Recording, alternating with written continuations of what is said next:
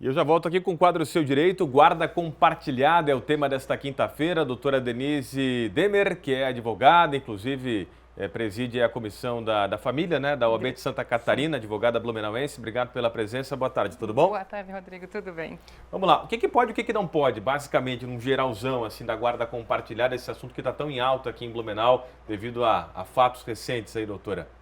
A guarda compartilhada, o que é importante dizer é que pode, sim, o que pode é importante dizer, compartilhar o cuidado com essa criança, como o nome já nos indica. Então, o que é isso? Deveres e direitos, equilibrar isso entre pai e mãe. Ou seja, eles vão decidir se a criança vai estudar de manhã ou de tarde, se a criança vai fazer uma atividade extra, o caminho religioso dessa criança. A ideia é que tudo isso seja compartilhado entre ambos, para que a criança tenha todo um cuidado e fique muito parecido com aquele momento anterior, quando pai e mãe muitas vezes estavam morando juntos. Quando há separação de marido e mulher, e aí tem um filho, né, ou mais também, a mãe pesa mais para a justiça, para ficar com a mãe?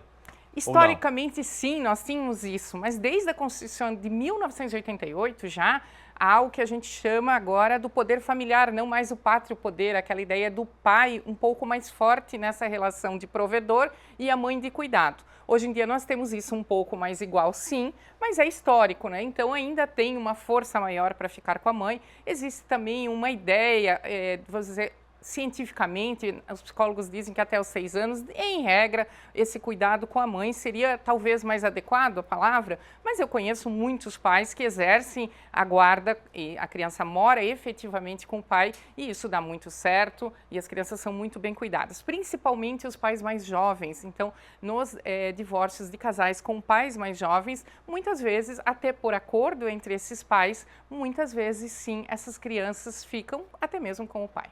Tem que pagar pensão com guarda compartilhada? Que pergunta importante, Rodrigo. Tem que sim, tem que pagar pensão, porque essa criança, embora ela esteja sob guarda compartilhada, com a ideia desse compartilhamento das obrigações em relação à criança, a verdade é que ela tem um lar de referência, ela mora ou com o pai ou com a mãe, e nesse lar de referência, aquele que tem o lar de referência, o outro paga a pensão alimentícia para suprir todas as necessidades dessa criança. WhatsApp agora, para a gente colocar na tela, Seu Direito, a Nádia, né? Acho que é o asterisco ali porque não quer se identificar. Nome fictício, por que há casos em que o pai ou a mãe ficam uma semana com o filho e outros casos somente aos finais de semana, doutora? Muitas vezes isso é fruto de um acordo. Então os pais fizeram um acordo e dividiram esse cuidado com a criança.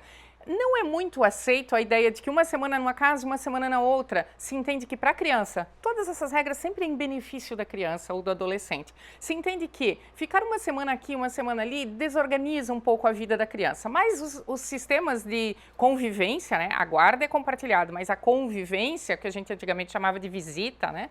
Os sistemas de convivência são arranjados, são negociados caso a caso. Quando não se chega a um acordo, é o juiz que vai definir. Mas é muito comum, por exemplo, um pernoite durante a semana, então vamos imaginar que a criança mora com a mãe e uma vez por semana ela fica na casa do pai e dorme, o pai busca na escola e dorme com a criança, por exemplo, na quarta-feira. E aí sim, nos finais de semana a gente tem aquela alternância. Mas tem famílias que esse convívio do final de semana começa sexta e termina segunda, há famílias que começa sábado, termina domingo, enfim, é bastante variado, depende como os pais moram na mesma cidade, é distante, é logística, é perto do trabalho. Tem famílias, por exemplo, que mesmo separados, o pai ou a mãe leva todo dia na escola, aquele que não mora, porque assim ele tem todo dia um contato. É mais comum isso acontecer com o pai. Eu, aliás, gosto muito disso, porque é uma forma de todo dia o pai ter algum contato. E assim, como esse exemplo, tantos outros. Direito de família é muito isso, é cada família, é cada história, é cada criança. Sim. E a gente tenta fazer com que o convívio seja o mais rico possível, o mais intenso possível, sempre em benefício da criança. Isso que é importante, né? Mais um WhatsApp rapidinho, vamos colocar aí na tela para finalizar. O Paulo também, nome fictício, sobre pagar pensão. Tem como reduzir o valor mesmo com a guarda compartilhada? Tem sim, Paulo. A questão é, quando se define pensão alimentícia, se estuda a possibilidade daquele que paga e a necessidade daquele recebe. A possibilidade, vamos imaginar, do pai e a necessidade da criança. É isso que norteia uma pensão alimentícia. Não exatamente se ela está em guarda compartilhada ou se ela está em guarda unilateral, porque nos dois casos tem pensão alimentícia. Mas o que é importante é a capacidade que esse pai tem de sustentar, então, porque nós temos vários níveis sociais, né? Então, a capacidade que ele tem de sustentar e quais são as necessidades da criança. Por exemplo, muito rapidamente, uma criança que tiver alguma doença grave, ela talvez precise um pouco mais do que uma criança da mesma faixa etária e até mesmo do mesmo nível social.